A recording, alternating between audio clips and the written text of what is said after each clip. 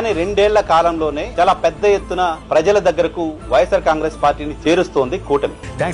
కూటమి నాయకుల వైఖరి కారణంగానే వైఎస్ఆర్ కాంగ్రెస్ పార్టీ ప్రజలకు మరింత దగ్గరవుతోంది. వైఎస్ఆర్ కాంగ్రెస్ పార్టీకి సంబంధించిన శ్రేణుల్లో స్థైర్యం పెరుగుతోంది. వైఎస్ఆర్ కాంగ్రెస్ పార్టీకి సంబంధించిన నాయకుల అరెస్టుల ద్వారా జగన్మోహన్ రెడ్డి పరామర్శలకు సంబంధించిన షెడ్యూల్ ని కూటమి సర్కారు రిలీజ్ చేస్తోంది. ఓ బహిరంగ సభ పెట్టడం, అక్కడి జనాలందరినీ తరలించడం, అక్కడ ఒక ఉపన్యాసం చెప్పడం వేరు. కానీ జస్ట్ పర్యటన చేస్తేనే వేలాది సంఖ్యలో జనం బయటికి రావడం, జగన్మోహన్ రెడ్డి కోసం వెయిట్ చేయడం, జగన్మోహన్ రెడ్డి వెళ్లినంత దూరం ట్రావెల్ చేయడం, ఇవన్నీ కూడా వైసీపీ మళ్లీ రావాలని ప్రజలు కోరుకుంటున్నారు లాంటి ఒక ఇండికేషన్ ని తెలుగుదేశం పార్టీ కాదు, వైఎస్ఆర్ కాంగ్రెస్ పార్టీ కాదు, న్యూట్రల్ గా ఉండే ఓ 15-20% మంది జనాలకి ఇస్తున్నాయి. తెలియకుండానే కూటమి జగన్మోహన్ రెడ్డికి ఒక రెడ్ కార్పెట్ వేస్తోంది ఆంధ్రప్రదేశ్ రాష్ట్రంలో.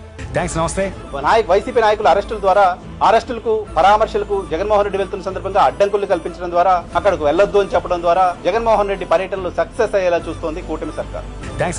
అదే సమయంలో ఇవి కేంద్ర ప్రభుత్వానికి కూడా ఒక సంకేతాలుగా కనపడుతున్నాయి. అలా భావిస్తున్న భారతీయ జనతా పార్టీ జగన్మోహన్ రెడ్డి పర్యటనలకు వస్తున్న స్పందన చూసిన తర్వాత మళ్లీ జగన్మోహన్ రెడ్డి రాబోతున్నారు లాంటి నివేదికలు, ఇంటెలిజెన్స్ రిపోర్ట్స్ కేంద్ర ప్రభుత్వానికి కూడా చేరడానికి సంబంధించిన అవకాశం ఉంది. కాబట్టి సో జగన్మోహన్ రెడ్డికి జనాల్లో ఉన్న ఆదరణ ఏంటి అనేది ఢిల్లీకి కూడా తెలిసేలో చేస్తుంది కూటమి.